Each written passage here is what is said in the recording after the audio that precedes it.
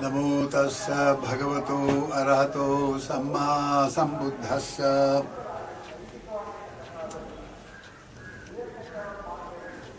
And today is the Dhammacakkapavattana day, a very sacred day indeed, because the Buddha gave his first teaching on this day in Isipatana, Sarnath. Immediately after he became the Buddha,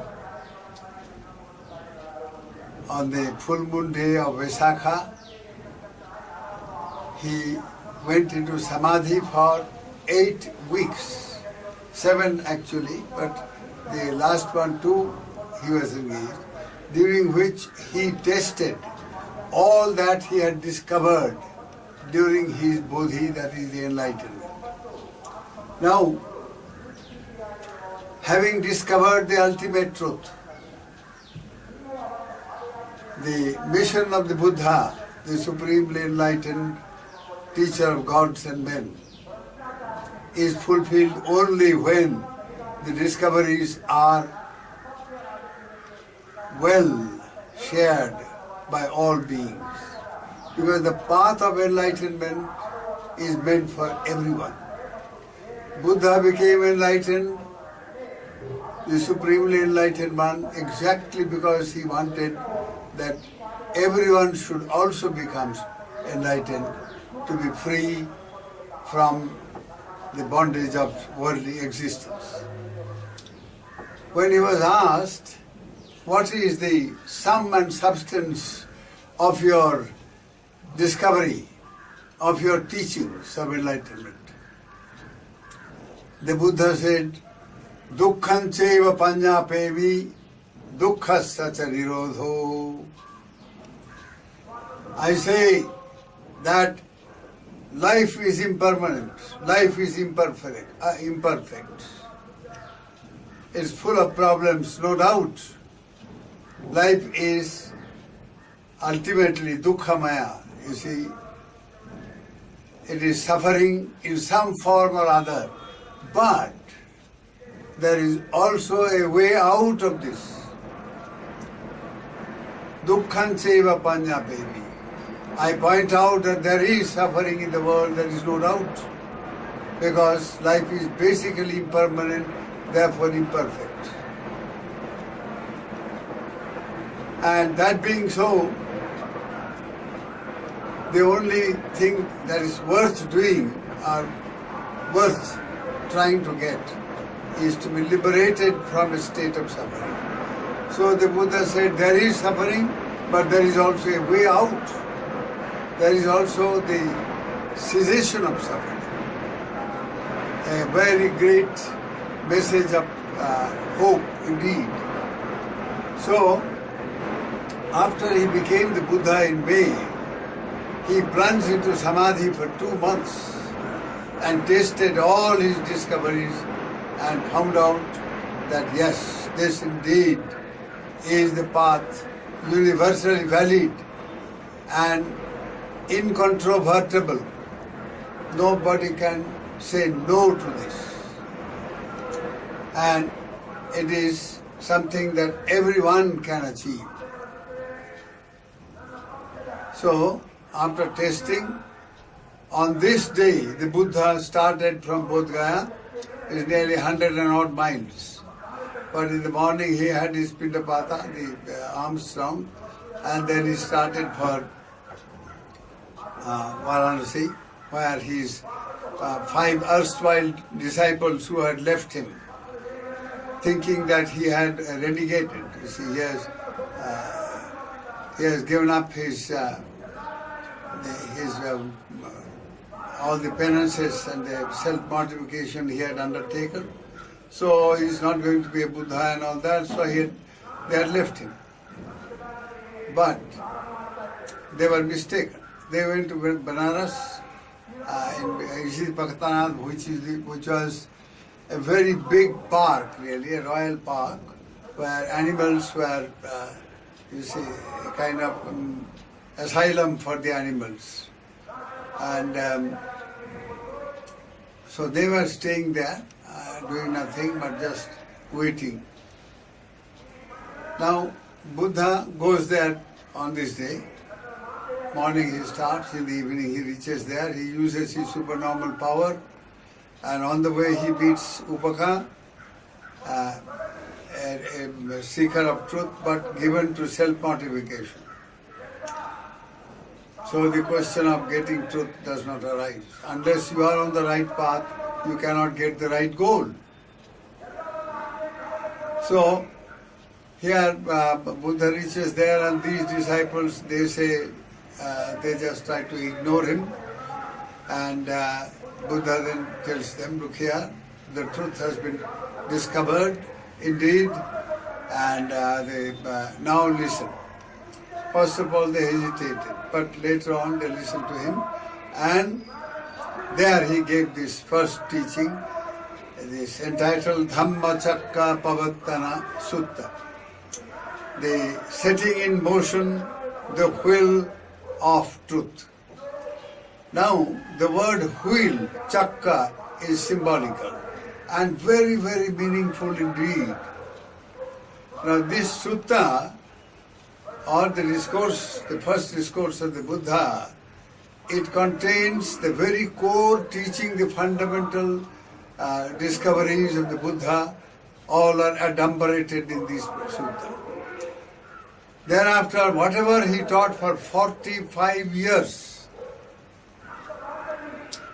his glorious mission of compassion, all the teachings that he gave practically every day of his this life of compassion, all that he taught is nothing but the elaboration and extension and addition of these fundamental teachings. This sutta contains the 5 salient points of this sutta, let us say, are that, number 1, the world in which we are born is indeed, you see, incomplete, imperfect, because it distorts reality. People are willy-nilly, you see, involved in extreme ways of doing things. So there are 2 extremes, you see. One is the extreme which is devoted to just pleasure hunting. Just enjoy in whatever way you can.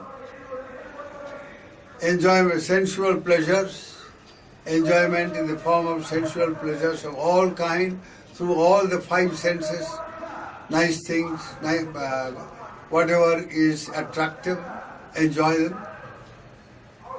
Nice sounds, enjoy them. Nice smell, enjoy them. Nice touch, enjoy them. Nice taste, enjoy them. So this tendency to enjoy, to gratify the senses, that is one tendency which all beings suffer from. I mean the Kamaloka.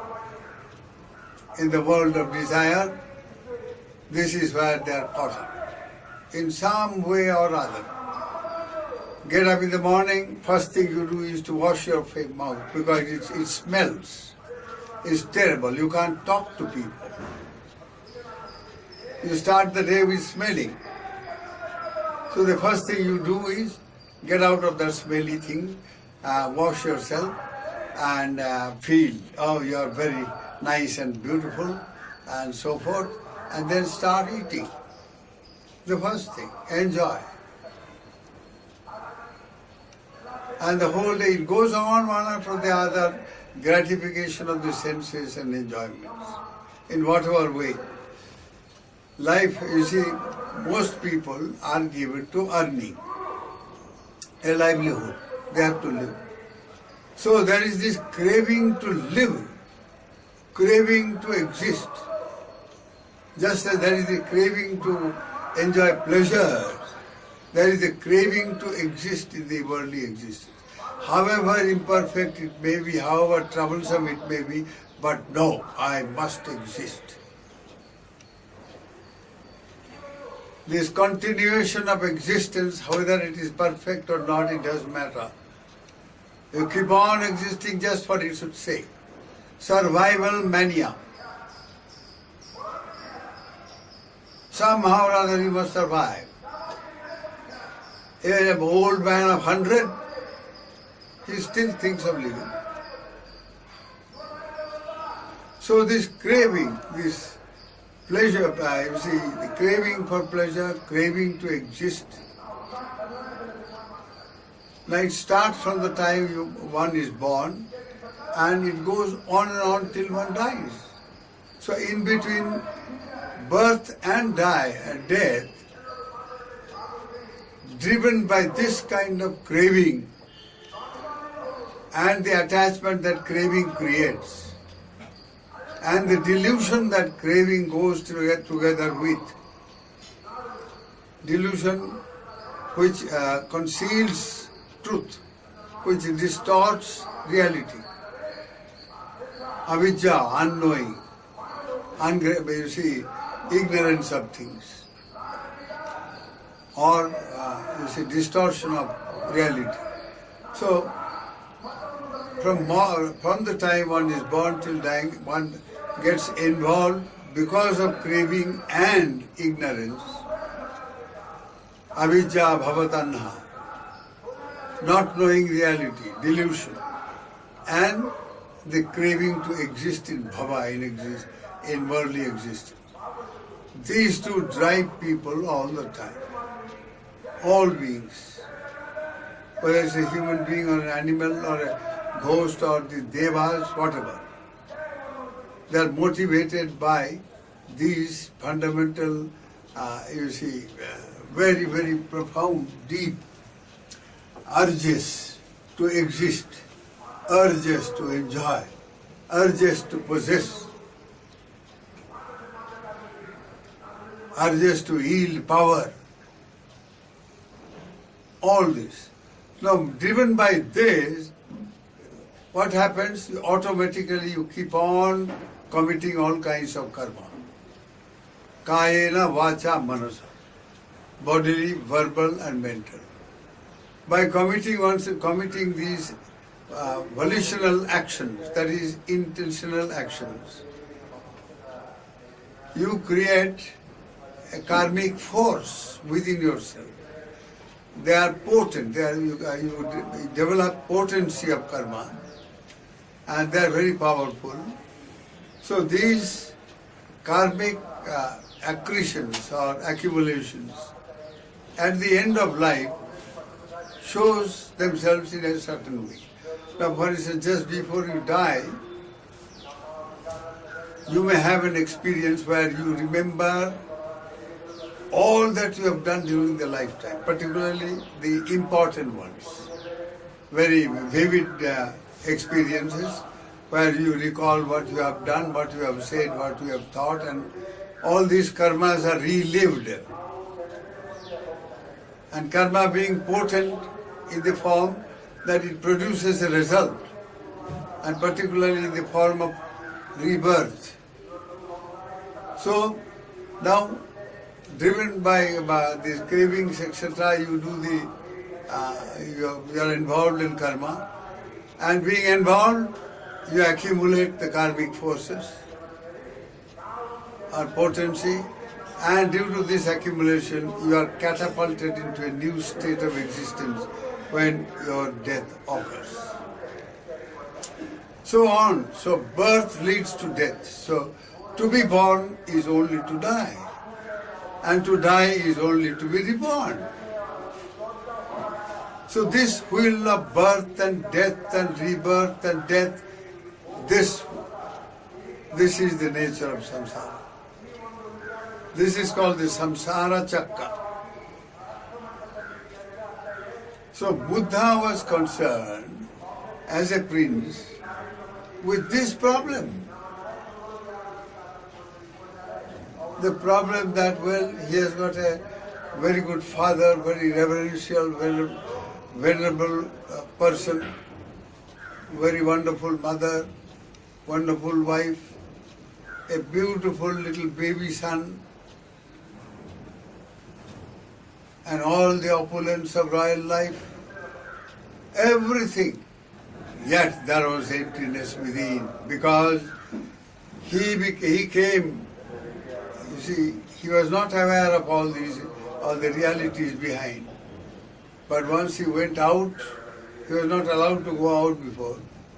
But once he went out and saw the world, 4 images stuck in his consciousness in a very, very powerful manner indeed. He saw an old man, bent with age, no teeth, can't hear, can't see properly, and tottering about with a stick. So now he said, what is that object?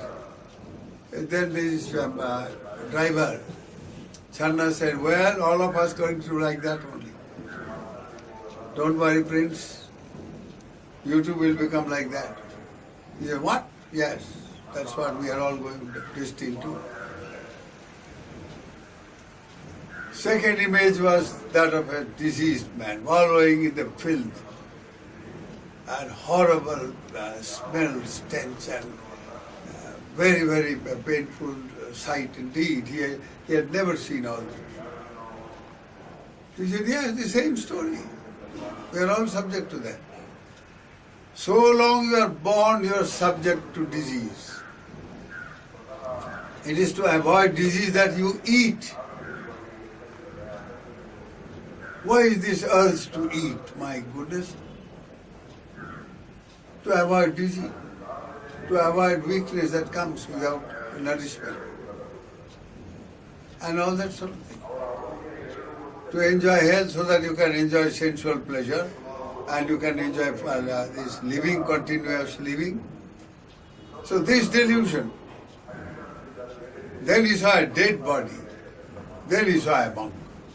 Very peaceful, serene, unconcerned about the world's problems, because he has found out the solution. He has found out that suffering arises because of craving. Craving is the root cause of all suffering. Because craving creates attachment, and attachment leads to action, intentional action, and that leads to rebirth. One thing leads to another. So this will symbology that Bhagavan, adopted is extremely important indeed to understand this sutta. So Buddha, the 5 points which I mentioned, the 5 salient points of this sutta are that, see, the world basically is imperfect. The worldly existence, I mean. Basically it is imperfect because you are born only to die, to suffer from disease, to struggle, to keep on accumulating with the delusion you can carry. Keep on heaping up money with the thought that you are going to carry that with you, not knowing that everything will have to be left behind and gone. This type of delusive existence is imperfect, unacceptable for a wise person.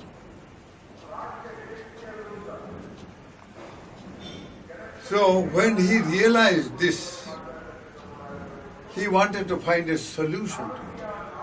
He is a Kshatriya Rajakumara who was an heir apparent of a very powerful kingdom. He had already engaged himself in administration. His father was old. He said, come on, get trained. So he got 13 years of training how to run the state administration in a very righteous and noble manner. But once he became aware of a larger issue of life, then he thought the state running is nothing.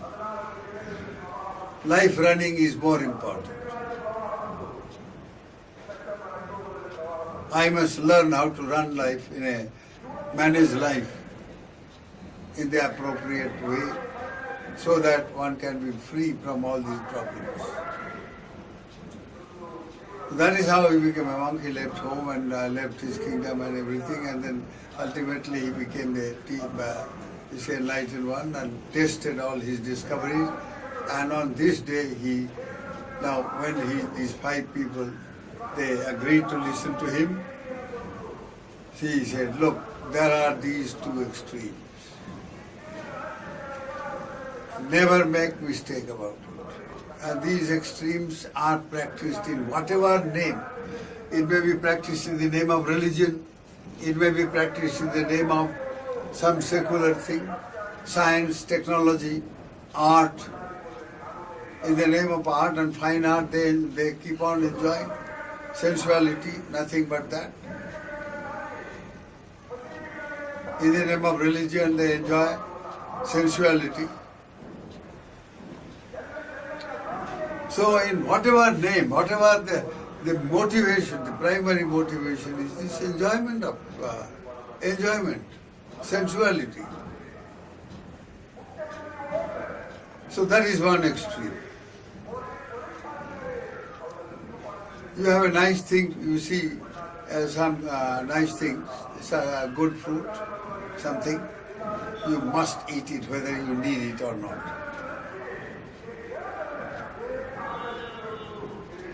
So, this urge to enjoy is very, very deep-rooted.